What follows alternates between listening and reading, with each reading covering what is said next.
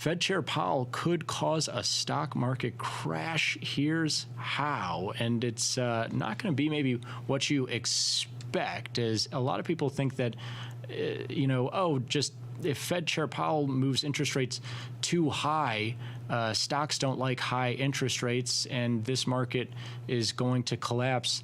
It's more of, what Fed Chair Powell says these days, and this has been the case for the last couple of Fed Chair people, the last couple of central bankers here in the U.S. It has a lot to do with what they have to say and how markets react to that. And before we get into what Fed Chair Powell might say at tomorrow's Jackson Hole Symposium, he is the headline speaker Friday morning. This kind of idea goes for really any future Fed Chair Powell speech as opposed to the actual interest rate action.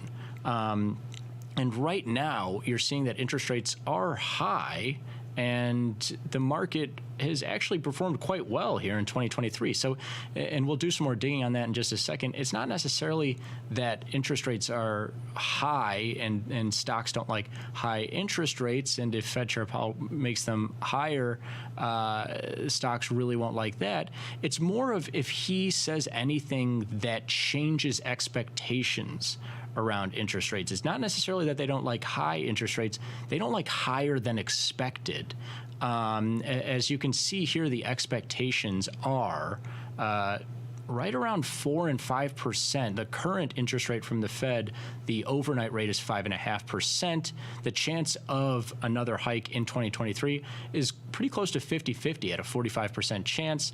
The projected rate for the end of next year is 4.5%. And then you have the 2-year and 10-year rate also in the 4 handles. So essentially painting this picture of what we have right now, what is priced into, stocks and bonds and foreign exchange and everything else, is a current rate of around 5.5% with the expectation that we might go a little higher in the next couple of months, and the expectation that we're going to go, pretty significantly, 100 basis points or so lower in the next year to couple of years. Obviously, the rate in the 10-year duration is more than 100 basis points lower than the overnight rate is. So the expectation that we're not going to see 6%, right? And I think that is what would really freak out this market, is anything from Fed Chair Powell to the tune of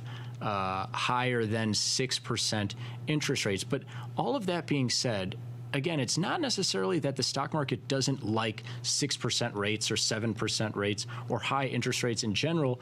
The stock market just freaks out when unknowns are entered or when expectations change, because you go back to the 90s and you see the, really significant upside of the S&P 500 at a time where interest rates were hugging 6%, at times higher than 7% throughout this decade. The S&P is up pretty consistently throughout to the tune of 200% plus as rates average 6%. But what is different between the last couple of years and this interest rate environment is it's a lot of bouncing back and forth. It's not interest rates going from 0% to 2% to 4% to 6%. It's really a lot of oscillating around that 6%. The stock market factors in at the start of the 90s that, interest rates are around 6, 7, even as high as 8%.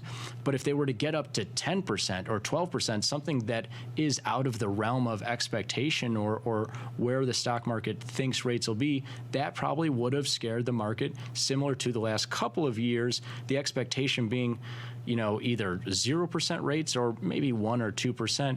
We hike up to 3% and beyond, and that really freaked out our stock market. And you go back to 1 year in the past, what was going on August, September of 2022?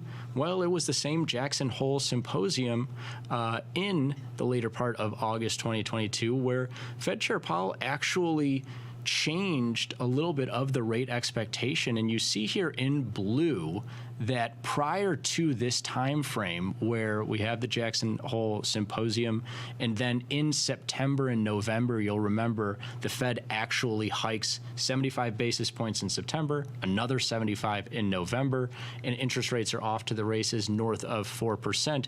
Prior to that, the stock market saw some downside as interest rates climbed from 0 to 3%. But then when interest rates, that blue line there, levels off at 3%, the stock market bounces back, starts to feel a little comfortable with, oh, okay, we can take this 2 to 3% range. And then they hike up to 4%, and that's when the S&P 500 put in lows in that October, November range. Now, keep in mind that central bankers over the last pretty much decade here have been very choreographed. They speak before they do, and you can pinpoint here when 10-year rates and interest rates on the whole in the U.S. Really take that next leg higher. And note that it's before September. It's before they actually hike 75 basis points in September, and it's well before they hike another 75 bips in November. And this is, again, right there in the orange circle is that late August range when Fed Chair Powell takes the stage at last year's Jackson Hole Symposium and kind of goes against what people were expecting. At that time, you see interest rates were dipping as people kind of thought, all right, 3% is the high here for rates. He comes out and says, guys, we're eyeing inflation for a longer period of time. We don't think that inflation is as transitory as just a couple of months, and 3% is enough here.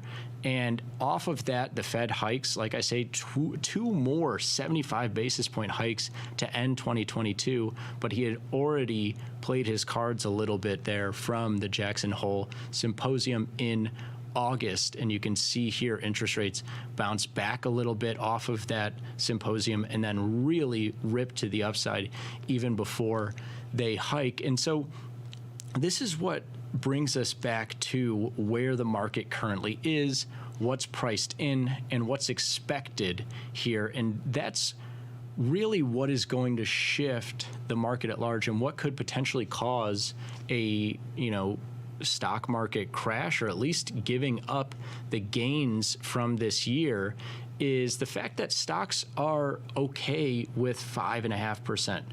Essentially, this year's Jackson Hole Symposium finds interest rates at 5.5%, similar to the way that the economy found them at 3% last year. What will freak out the market potentially is if 6% becomes the new 5%, in the same way that 4% became the new 3% last year. Keep in mind that, again, we saw it in the 90s and we saw it in certain parts of the 80s as well. Interest rates can move higher in the same time frame that stocks move higher as well. They don't have to be negatively correlated. It doesn't have to be this one-for-one higher interest rates are bad for Apple, Amazon, and everything else.